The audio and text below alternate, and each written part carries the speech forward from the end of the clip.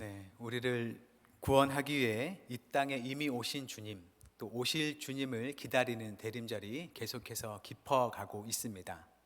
네, 오늘은 성탄 전야이죠. 내일 성탄 전야 예배가 있고 또 모레는 성탄절 예배가 있습니다. 주님께서 이 땅에 나신 그 탄생, 또 그날을 기념하는 성탄절을 여러분은 다들 어떤 마음으로 기다리고 계신가요? 어릴 적에는 산타의 선물을 많이 기다리면서 성탄절 또한 기대하며 기다렸던 것 같습니다. 또 성탄절이 오면 밖에 길거리에 캐롤도 많이 들리고 또 흥겨웠던 분위기 때문에 그 날을 많이 기다렸던 것 같습니다. 하지만 점점 시간이 흘러가면서 또 성탄절에 대해서 많이 겪어가면서 이제는 우리의 입장이 선물을 받는 사람보다는 선물을 주는 사람이 되었죠. 그래서 선물을 받는 기쁨보다는 저 선물을 주는 좀 부담감을 지니게 되는 때인 것 같기도 하고, 또 계속해서 보게 되는 교회에서 행사나 여러 일들이 어떤 때는 새롭기도 하지만 어떤 때는 식상하게 다가오는 때인 것 같기도 합니다. 즐거운 기다림이라기보다는 어느 정도는 식상한 기다림의 때가 된 것이죠. 마치 우리가 살아가는 이 땅의 계절이 그저 나와는 상관없이 시간이 흐르면 한 계절이 오고 또 한 계절이 가는 것처럼 교회력을 따라서 매년 오게 되는 성탄절도 나와는 관계없이 왔다가 가는 그런 절기일 수도 있겠습니다. 그렇다면 우리는 별 감흥 없이 기대 없이 그 성탄절을 맞이할 수도 있는 것이죠. 사실 우리는 계속해서 대림절 속에 살아가고 있습니다. 사실 예수님께서 이 땅에 오셨다가 십자가를 지시고 부활하시고 하늘에 오르신 그 이후를 살아가는 모든 사람들은 2000년이 가까이 되는 대림절 속에 살아가고 있는 것이죠. 다시 오신다고 하신 예수님께서 아직도 오시지 않고 있기 때문입니다. 그래서 사실 우리에게는 이 주님을 기다린다는 게 사실 그다지 새롭지 않고 익숙하다고도 볼 수 있겠습니다. 오랫동안 기다려왔던 것이죠. 그래서 대림절이라고 해서 간절하게 기다리는 마음을 가지고자 해도 또 쉽사리 되지 않은 그런 점이 있는 것 같습니다. 오히려 우리의 기다림이 익숙한 만큼 희미해지기도 한 것이죠. 우리처럼 그리스도를 기다리던 사람이 옛날에 있었습니다. 약 2000년 전 팔레스타인 땅에 살던 사람들이죠. 그들의 과거 선조들은 애굽 아래 살다가 하나님의 구원을 통해서 그 애굽에서 벗어나서 작은 땅 팔레스타인 땅에 살게 되었습니다. 그들에게 하나님께서 애굽에서 건지신 기억은 매우 강하게 남아 있었죠. 그들은 결코 벗어날 수 없었을 거라 여겼던 그 애굽을 벌하시고 홍해도 가르시면서 그들에게 새 땅을 주신 일이었기 때문입니다. 이스라엘에게 하나님은 구원의 하나님, 그들을 불쌍히 여기시고 도우시는 하나님이었습니다. 이스라엘은 그 하나님의 백성이 되어서 몇천 년을 살아왔던 것이죠. 하지만 그렇게 하나님과 살아왔던 시간들이 그저 그들에게 좋기만 한 것은 아니었죠. 하나님께서 이스라엘을 잘못했을 때는 그에 상응한 벌을 주셨고, 하지만 그들이 회개해서 주님께 돌아올 때는 다시 그들을 받아주시고 보살펴 주셨습니다. 우리가 보는 구약 성경에서는 바벨론 포로에서 돌아오는 것으로 그 이야기는 끝이 납니다. 하지만 신약 성경에 들어서 보니 다시 또 다른 나라의 지배 아래 살고 있는 이스라엘을 볼 수 있는 것이죠. 바로 로마의 지배 아래 사는 이스라엘입니다. 이스라엘은 예전에도 나라를 빼앗기고 포로로 살았었지만 지금도 여전히 다른 나라의 지배 아래 살고 있습니다. 모세를 통해서 전해졌던 신명기를 보면 이스라엘이 다른 나라의 지배 아래 산다는 것, 또는 다른 나라에 끌려가서 산다는 것은 이들이 분명 하나님께 잘못을 범했기 때문이라는 생각이 이들에게 있었습니다. 그들이 섬기는 하나님이 약해서가 아니라 그들이 섬기는 하나님께 이스라엘이 잘못했기 때문에 하나님께서 벌을 주심으로 그들이 다른 나라의 지배 아래 산다는 그런 반성이 있었던 것이죠. 그래서 이들은 이 포로 시대, 다른 나라의 지배 아래 살아가는 것, 그 유배 시대가 끝나기를 바라면서 하나님께 충성하기 위해 애썼습니다. 그 방법이 바로 율법을 철저하게 지켰던 것이죠. 하나님께서 지키라고 했던 율법에 대해서 여러 가지 세세한 규칙들을 만들어 내므로써 그것들을 열심히 지키면서 하나님의 마음에 들려고 했습니다. 하지만 하나님께서 정작 말씀하셨던 사랑과 정의의 마음은 그들에게 없었던 것이죠. 또 한편으로는 그리스도가 오셔서, 하나님께서 보내시는 메시아가 오셔서 이스라엘을 이 로마의 지배 아래서 건져내시고 또 이 세상을 심판하고 바로 잡아주시기를 기대했습니다. 이스라엘은 자기들은 하나님의 백성이니 하나님의 그리스도가 이 땅에 오면 자기들은 지켜주시고 이방의 악인들은 처벌하실 거라는, 그렇게 세상을 바로 잡아주실 거라는 기대가 있었습니다. 하지만 우리가 복음서를 들어보면 알 수 있듯이 이들은 그리스도가 왔을 때 기대했던 것들이 그저 육신의 편안함, 배부름, 그리고 세속적 욕망을 위한 것이었다는 걸 우리는 발견할 수 있습니다. 예수님께서 많은 사람들을 먹이셨던 오병이어 사건이 있죠. 그 사건이 있었을 때 사람들은 예수님을 왕으로 삼으려고 했습니다. 왕으로 삼아서 자신들을 계속해서 배부르게 먹여주시기를 기대했던 것이죠. 심지어 예수님을 가까이 따르던 제자들조차도 예수님께서는 십자가의 죽음을 말씀하시는 그 자리에서 서로 누가 크냐는 논쟁을 벌이기도 했습니다. 또 예수님의 수제자라고 할 수 있는 베드로조차도 그리스도에 대해서 잘못된 생각을 갖고 있으므로 예수님께 꾸짖음을 듣기도 했었죠. 그래서 예수님께서는 사람들을 고쳐주시고 귀신을 쫓아주시고 여러 일들을 행하실 때 그저 사람들이 그리스도에 대해서 육신적인 그리스도로 오해할까 봐 자신의 사람들에게 나타내지 말라고 경고도 하셔야 했습니다. 그렇게 이스라엘은 그리스도를 오랫도록 기다려왔지만 하나님께서 보내신 참 그리스도, 바로 예수 그리스도가 아니라 다른 종류의 그리스도를 기다려왔던 것이었죠. 함께 읽은 본문은 마리아의 찬가라고 그 본문의 제목이 성경에 붙어 있을 겁니다. 마리아가 불렀던 노래인 거죠. 이 누가복음에서 마리아는 참 제자들이 따를 만한 모범적인 모습을 보여줍니다. 바로 순종하는 제자의 본이 되기 때문이죠. 오늘 함께 읽은 본문에 앞서서 마리아에게는 천사가 찾아와서 그가 임신하게 될 것이란 소식을 들은 이야기가 있었습니다. 천사 가브리엘이 마리아에게 찾아와서 그가 임신해서 아들을 낳게 될 것이라고 얘기를 해 주었던 것이죠. 그리고 천사는 몇 가지 더 이야기해 주었습니다. 너가 아들을 낳게 되면 그 아기의 이름을 예수라 하라 라고 했습니다. 예수라는 이름에는 여호와는 구원이시다라는 뜻이 담겨 있습니다. 그러니까 그 아기에게 붙일 이름 자체에 하나님의 구원이라는 의미가 담겨 있는 것이죠. 또 너가 아들을 낳으면 그 아들은 지극히 높으신 이의 아들이라 일컬어질 것이다 라고도 얘기를 했습니다. 즉 하나님의 아들이라 불릴 것이다 라는 얘기를 해준 것이죠. 또 하나님께서는 이 아기에게 다윗의 왕위를 주실 것이라 라고 얘기를 했습니다. 다윗의 왕이라 함은 다윗의 자손으로 일컬어질 사람이라는 것이죠. 즉 당시에 그리스도를 부를 때 썼던 다른 이름 다윗의 자손을 마리아가 낳게 된다는 것입니다. 즉 마리아는 하나님께서 이 땅을 구원하기 위해 이스라엘을 구하기 위해 보내신 그 그리스도를 그 몸에 품게 될 것이라는 예고를 듣게 된 것이죠. 아마 그리스도를 기다려왔던 이스라엘 사람으로서는 매우 기쁘고 하나님께 감사를 드릴 만한 그런 일이었을 겁니다. 하지만 마리아에게는 그저 반길 만한 일이 아니었던 것이죠. 마리아는 현재 요셉이라는 사람과 약혼을 한 사이였습니다.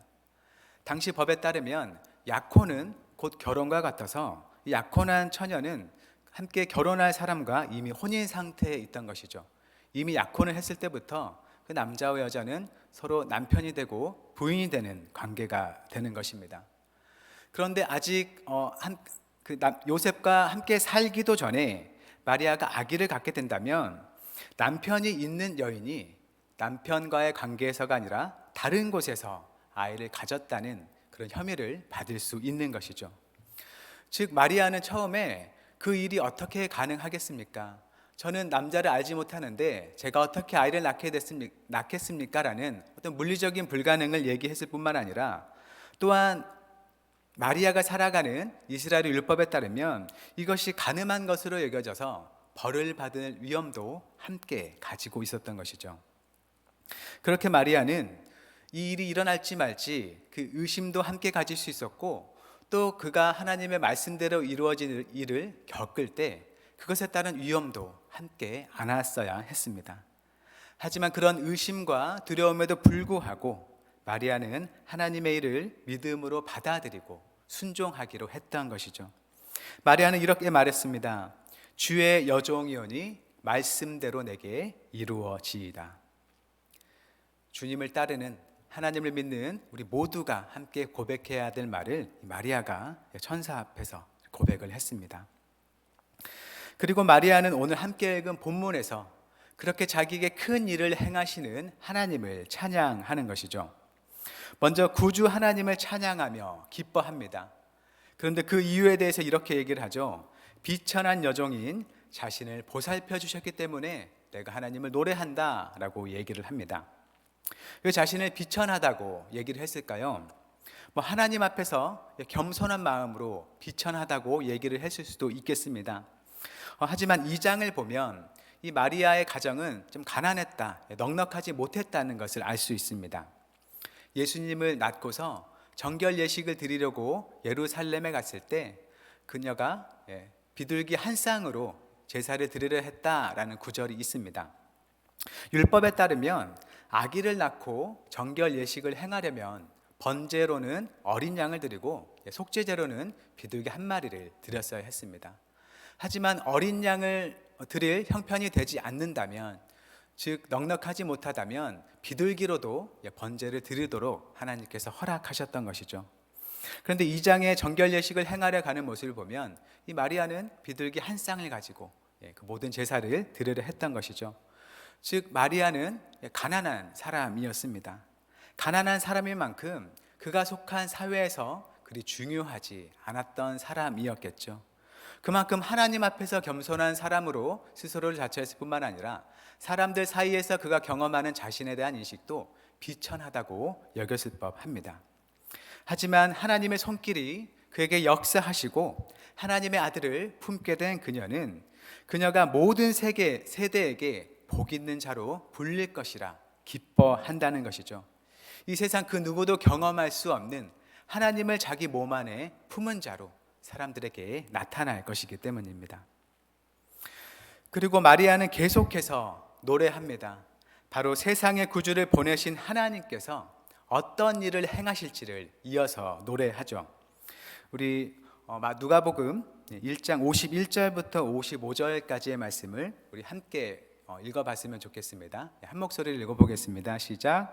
그의 팔로 힘을 보이사 마음의 생각이 교만한 자들을 흩으셨고 권세 있는 자를 그 위에서 내리치셨으며 비천한 자를 높이셨고 줄이는 자를 좋은 것으로 배불리셨으며 부자는 빈손으로 보내셨도다.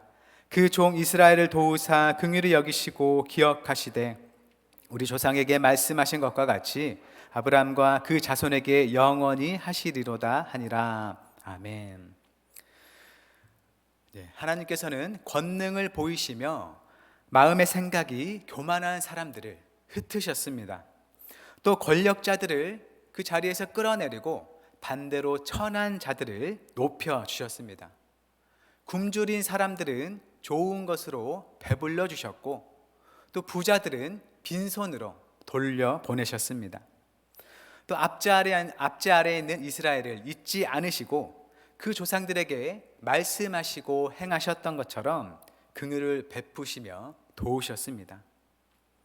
지금 마리아는 앞으로 하나님께서 행하실 일들이지만 이미 일어난 일처럼 과거형으로 말을 하고 있습니다. 하셨습니다 라고 얘기를 하고 있죠.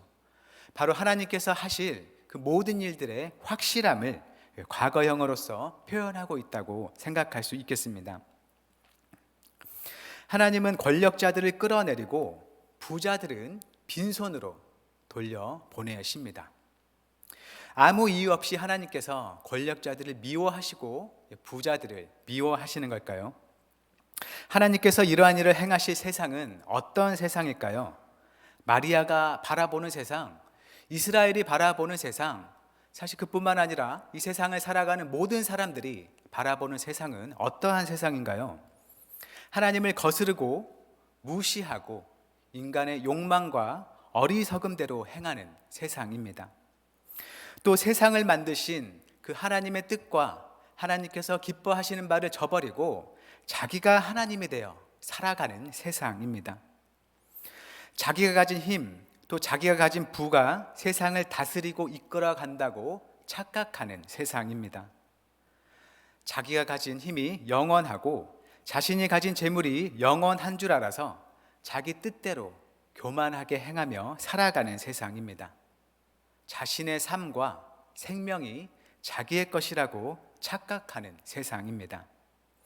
약한 자를 돌보지 않고 도리어 무시하고 긍휼 없이 지배하고 억압하고 착취하는 세상입니다. 그리고 이 모든 일과 질서가 견고하고 영원할 것이라고 생각하는 세상인 것이죠. 마리아는 하나님께서 그러한 세상에 견고해 보이는 모든 질서를 뒤엎으시면서 하나님의 통치를 드러내실 것이라고 찬양하는 것입니다. 하나님께서 보내신 자 그리스도가 오시면 세상의 악하고 어그러진 질서 속에서 반드시 하나님의 선하신 다스리심을 드러내시리라는 기대를 이 노래 속에 담고 있는 것이죠. 권력을 가지고 자기 마음대로 행하면서 하나님이 없다고 비웃으며 말하는 자들에게는 하나님의 심판과 권능으로 하나님의 계심을 보여주시고, 억울하고 압제당하고 힘겨운 환경 속에서 괴로워하면서 하나님은 계시지 않는 것인가 한탄하면서 삶의 소망을 잃어버린 자들에게는 하나님은 그들을 위해서 참으로 계시며 그들을 돌보신다는 것을 나타내실 것이라는 노래입니다. 높은 자가 남을 짓밟고 더 높아지려 하면 할수록 더 낮아지고, 오히려 남을 위하고 낮아지려 하는 자가 도리어 높아지게 되는, 세상의 논리로는 이해할 수 없는 일들을 통해서 하나님의 다스리심을 나타내실 것이라는 찬양입니다. 그리고 우리는 마리아조차도 알지 못했을 일을 알고 있습니다. 눈에 보이지 않는 세상 모든 것, 하늘의 악의 권세와 죄악과 죽음까지도 십자가로 정복하시며 바르게 세워가시는 그 그리스도를 우리에게 복음서는 보여주고 있습니다. 하나님께서 만드신 이 세상을 결코 죄악에 버려두지 않으시고 언제나 지켜보시며 선하게 다스리신다는 것을 우리에게 전해주고 있습니다. 우리는 지금 어떤 그리스도를 기다리고 있나요? 나의 성공, 내 육신의 편안함, 나의 재물과 부요함을 위한 그리스도를 기다리고 있는 것은 아닌지 돌아보면 좋겠습니다. 우리가 만약 그러한 그리스도를 기다리고 있다면 그 기대는 그저 실망만을 우리에게 안겨줄 것입니다. 우리가 어느샌가 하나님에 대해서 그저 그분을 나의 소원 성취의 도구로서 생각하고 있는 것은 아닌지 돌아봐야 한다는 것이죠. 예수님을 직접 배웠던 이스라엘의 많은 사람들조차도 예수님을 거절했습니다. 요한복음에서는 이렇게 얘기를 합니다. 그가 세상에 계셨고 그가 자기 땅에 오셨지만 자기 백성이 그를 영접하지 않았다. 이스라엘은 세상에 속해서 살았기 때문에 참 그리스도를 눈앞에 두고도 그분을 알아보지 못했습니다.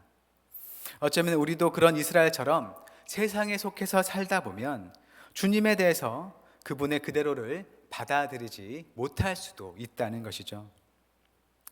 내가 기다리는 그리스도는 어떤 그리스도인지를 돌아볼 수 있기를 바랍니다. 나는 어떤 이유로 이제 다가오는 성탄을 정말 기쁨으로 맞이할 수 있을지를 생각해 보면 좋겠습니다. 나의 욕망을 담아서 바라보는 그리스도가 아니라 하나님께서 보내신 바로 그 예수 그리스도를 기다릴 수 있기를 바랍니다. 하나님께서 보내신 그리스도를 나의 주님으로 받아들이고 그분이 이루실 그 세상을 기대하면서 내 삶의 자리에서 그 주님의 질서를 먼저 성취하며 살아갈 수 있기를 바랍니다. 예수 그리스도를 기다리는 만큼 그분께서 행하시는 사랑과 공의의 일을 우리도 행하면서 그 완성이 이루어질 그날을 기다리는 삶을 살아갈 수 있기를 바랍니다. 참된 그리스도를 기뻐하고 찬양하는 그 삶으로 우리 주님을 전하고 나타내는 우리 모든 한양교회 성도님들이 되시기를 주님의 이름으로 축원합니다. 이 시간 함께 찬양하고 이어서 기도했으면 좋겠습니다. 함께 모든 이름 위에 뛰어난 이름 함께 찬양하겠습니다.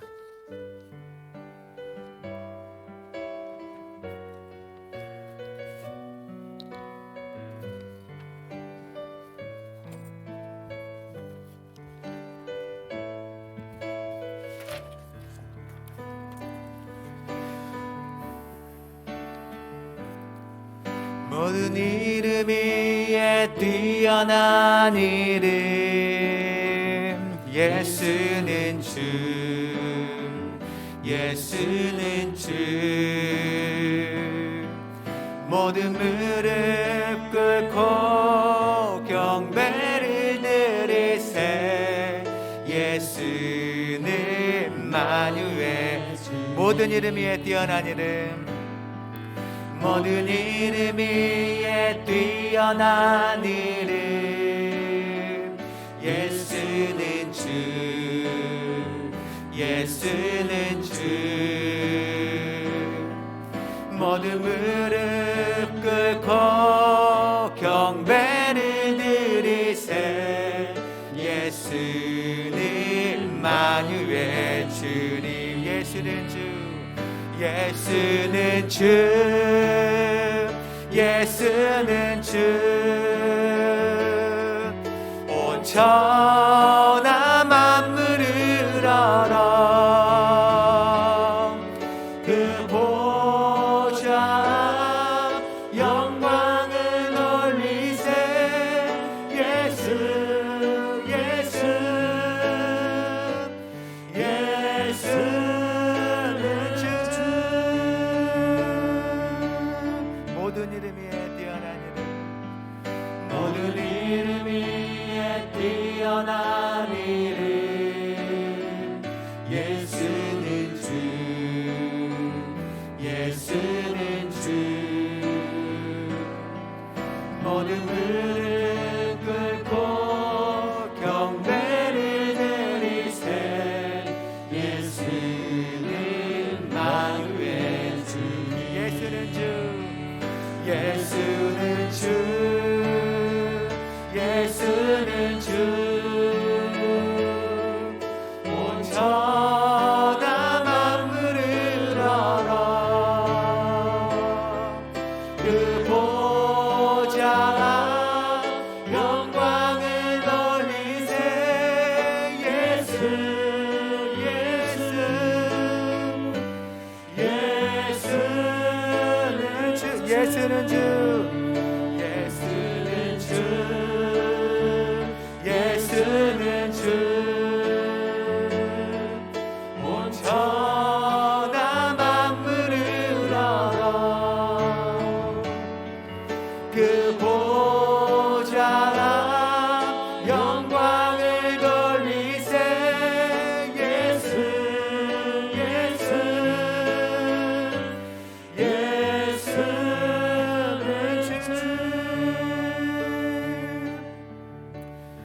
이 시간에 말씀을 생각하며 다음에 질문들을 가지고 하나님과 기도했으면 좋겠습니다. 그저 어떤 것을 간구하는 기도가 아니라 나의 질문을 가지고 내 자신의 생각을 내 마음을 돌아보고 또 하나님께 이 질문에 대한 답을 듣는 그런 기도를 했으면 좋겠습니다.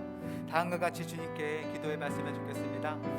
나는 어떤 그리스도를 기다리고 있나요? 내가 지금 그리스도에게 바라는 것은 무엇인가요? 하나님이 나에게 보이신 그리스도, 말씀을 통해 나타내 주신 그 그리스도는 과연 어떤 분이신가요? 계신 그리스도의 계신 그대로의 그리스도를 만나고 또한 기다릴 수 있도록 우리의 모든 생각과 삶을 인도하여 주셔서라고 하나님께 기도하고 또 하나님의 음성을 듣는 시간 되기를 바랍니다. 함께 주님께 나아가겠습니다.